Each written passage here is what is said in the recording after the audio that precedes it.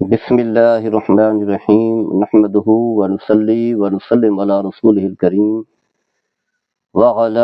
آلہ طیبین واصحابہ الطاہرین اما بعد۔ حضرات گرامی، آج ہم ایک عدالت کا فیصلہ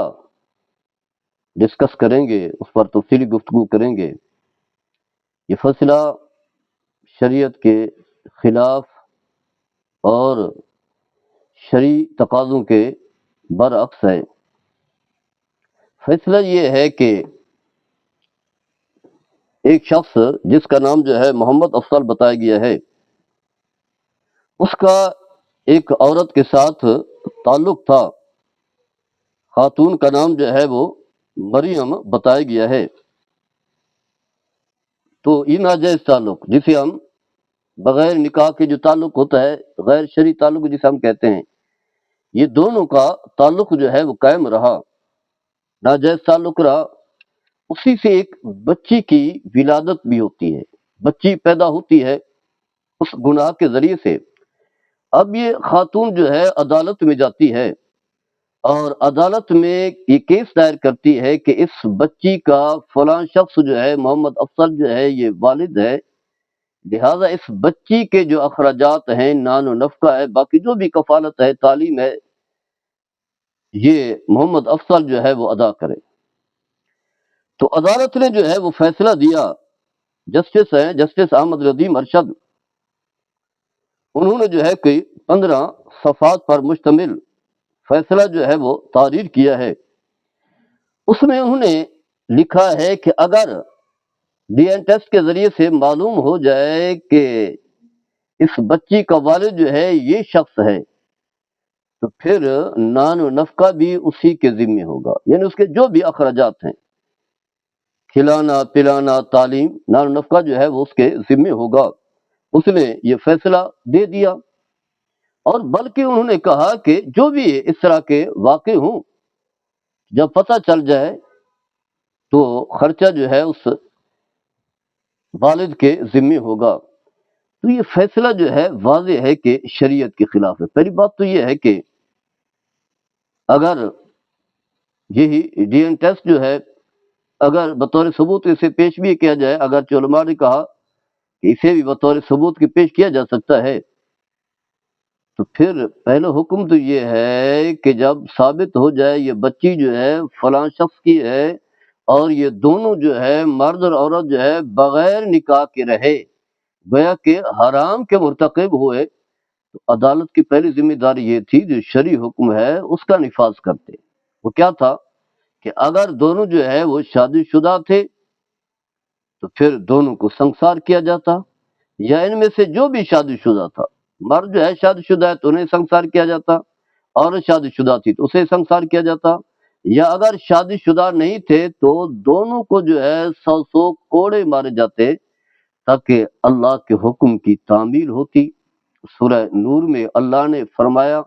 الزانیۃ والزانی فاجلدوا کل واحد منہما 100 جلدۃ، یہ ہے کہ اگر غیر شادی شدہ ہوں، اور حدیث متواتر ہے الشیخ والشیخۃ اذا زنیا فرجموہما، شادی شدہ مرد ہو یا عورت ہو جب زنا کے مرتکب ہوں تو انہیں سنسار کیا جائے۔ تو پہلی جو کام کرنے والا تھا، عدالت نے وہ کام نہیں کیا جو مین تھا، جو اللہ کا حکم تھا۔ اور یہ ملک اسلام کے نام پر بنا ہے، اور یہی جو ہمارے ملکی قوانین ہے، یہی کہا جاتا ہے کہ یہ شریعت مطہرہ کے مطابق ہے، اس کے خلاف نہیں ہے۔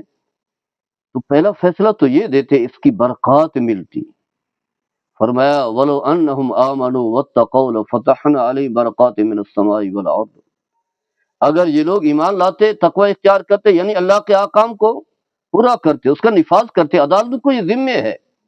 عدالت کا معنی یہ ہے کہ انصاف سے کام لے اور اللہ کے احکام کا نفاذ کرے۔ اگر یہ نفاذ کرتے، پھر اللہ کی طرف سے رحمتیں نازل ہوتی، آسمان سے بھی اور زمین سے بھی، برکات ہی برکات ہوتی۔ ہمارے ملک میں جو ایک بے چینی سی ہے، بد امنی ہے، اور اس کے علاوہ مہنگائی ہے، غربت ہے، دہشت گردی ہے، چوریاں ہیں، قتل عام ہے، ایسے ایسے واقعات ہیں کہ جن انسان سن کر کے اس کے رونگٹے کھڑے ہو جاتے ہیں۔ تو اگر جج صاحب یہ فیصلہ کرتے تو اللہ تبارک و تعالیٰ کی ذات بھی خوش ہوتی اور اللہ کے حکم کا نفاذ ہوتا، اللہ کا قرآن بھی خوش ہوتا۔ ایسے جج صاحب کے حق میں قیامت کے دن جو ہے وہ شفاعت کرتا، کیونکہ فرمایا کہ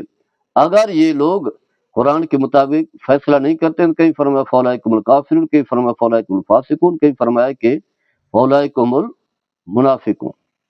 یعنی جو اللہ کے حکم کے مطابق فیصلہ کرنے والے نہیں ہے، فرمایا کہیں فرمایا ظالم ہے، منافق بجائے ظالم کہیں کہا، تو کہیں فرمایا کہ کافر ہے، کہیں فرمایا فاسق ہے۔ تو کم از کم جو ہے یہ کفر سے، فسق سے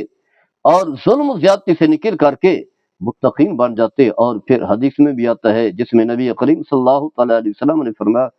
7 قسم کے لوگ قیامت کے دن اللہ تعالیٰ کی رحمت کے سائے میں ہوں گے۔ ان میں سے ایک وہ شخص بھی ہے جو اللہ کے حکم کے مطابق فیصلہ کرتا ہے، قاضی۔ ایک روایت میں آتا ہے قاضی جو ہے صحیح فیصلہ کرنے والا، انصاف پر فیصلے کرنے والا، قیامت کے دن انبیاء، صدیقین، شہداء کے ساتھ ہوگا۔ تو اتنی ساری برکات ملنی تھی، لیکن یہ جو فیصلہ کیا گیا یہ تو فیصلہ واضح ہے، غلط ہے۔ کیونکہ جو حرام طریقے سے بچہ پیدا ہوتا ہے اس کی کفالت جو ہے باپ کے ذمہ نہیں ہے، نہ اس کی طرف نسبت کی جا سکتی ہے۔ نسبت بھی ماں کی طرف ہوگی اور کفالت بھی ماں کے ذمہ ہے، کیونکہ وہ بچہ جو ہے ماں کے جز ہے، ماں کا جز ہے، ماں کے پیٹ سے جو ہے پیدا ہوا ہے، اسی کا حصہ ہے، اس کا جز ہے، کفالت بھی اسی کے ذمے اور نسبت بھی اسی کے ذمے۔ وہ جو حدیث پاک میں آتا ہے قیامت کے دن بچے کو جو ہے ماں کے نام سے پکارا جائے گا، وہ یہی بچہ ہوگا جو ناجائز طریقے سے پیدا ہوا، جو جائز طریقے سے پیدا ہوا وہ تو فرمایا کہ باپ کے نام سے پکارا جائے گا، یعنی جو حلال طریقے سے نکاح کے ذریعے سے بچہ ہوا وہ باپ کے نام کی طرف جو ہے باپ کی طرف نسبت کی جائے گی، لیکن جو ناجائز طریقے سے پیدا ہوگا اس کی نسبت ماں کی طرف ہوگی۔ دونوں حدیث کے درمیان محدثین نے جو ہے یہی تطبیق کی ہے، یہی وضاحت و تشریح کی ہے۔ تو نان نفقہ جو ہے باپ کے ذمہ نہیں، اس کی وجہ یہ ہے کہ یہ جو حلال پانی ہے نکاح کے طریقے سے، نکاح کے مطابق، شریعت مطالعہ کے مطابق جو نکاح ہوتا ہے حلال طریقے سے، اس پانی کی جو ہے وہ حرمت ہے، یعنی وہ جو میاں بیوی کا تعلق ہے اس کی حرمت ہے، اس کی اہمیت ہے۔ اس سے پیدا ہونے والا بچہ جو ہے اپنے والد کے ترکے کا بھی حقدار بنتا ہے، اس کی طرف نسبت بھی ہوتی ہے، اس کا نام بھی دیا جاتا ہے، نام نفقہ بھی ہوتا ہے، سارے لوازمات ہوتے ہیں اور اس کا احترام بھی ہے، اور جو احکام اللہ نے بیان کیے ہیں ماں باپ کے حسن سلوک کے حوالے سے اس حوالے سے۔ لیکن جو حرام پانی ہے، جو غلط طریقے سے ہو، بغیر نکاح کے ہو، جو پانی ناپاک ہے، تو اس کی کوئی حرمت نہیں، اس کی کوئی وقت نہیں۔ اس لیے نبی کریم صلی اللہ تعالیٰ علیہ وسلم نے فرمایا کہ جو عورت شادی شدہ ہے اس کے ہاں بچہ پیدا ہو جائے گا، چاہیے مشہور ہو کہ زنا کا ہے، فرمایا پھر بھی جو ہے وہ بچہ اسی کا ہوگا جس نے نکاح کیا ہے۔ زانی کے لیے جو ہے پتھر ہے، کچھ بھی نہیں ہے، کیونکہ وہ پانی جو ہے زنا کا پانی، حرام کا پانی ہے، اس کی کوئی عزت، کوئی اہمیت نہیں ہے۔ پانی کی حرمت ہے تو وہ نکاح والے کی ہے۔ لہذا جج صاحب کو چاہیے کہ اس طرح کے فیصلے نہ کریں۔ اگر یہ ڈی این ٹیسٹ ہوتے رہیں گے تو پھر تو کوئی بھی نہیں بچے گا۔ ہمارے ہاں تو کئی ہیں، کئی جو ہے وہ بازار حسن کی خواتین تو یہی کہتے ہیں یہ جو بچے ہیں فلاں کے ہیں، فلاں کے ہیں، بڑے بڑے لوگ جو ہے آئیں گے اس میں، بڑے بڑے سیاستدان، بڑے بڑے جج، بڑے بڑے لوگ جو ہیں جرنیل آئیں گے، کیونکہ ہمارے ہاں گناہ تو عام ہے اور روزانہ ہی راتیں گناہوں میں گزرتی ہیں، عام گزرتی ہیں، اور کچھ جو ہے وہ بچے یا تو ضائع کر دیے جاتے ہیں یا بچے پیدا بھی ہوتے ہیں، تو پھر تو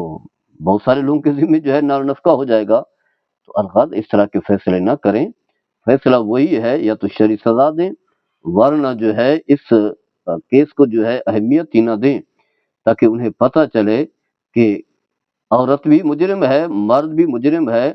اور اس طرح کے گناہ کا ارتکاب نہ کریں، گناہ کو جو ہے عام نہ کریں، پھر اس طرح کے فیصلے بھی ہوتے رہیں گے، برائیاں عام ہوتی رہیں گی۔ اللہ تعالی ہم سب کو عمل کرنے کی توفیق عطا فرمائے۔ وما علینا الا البلاغ۔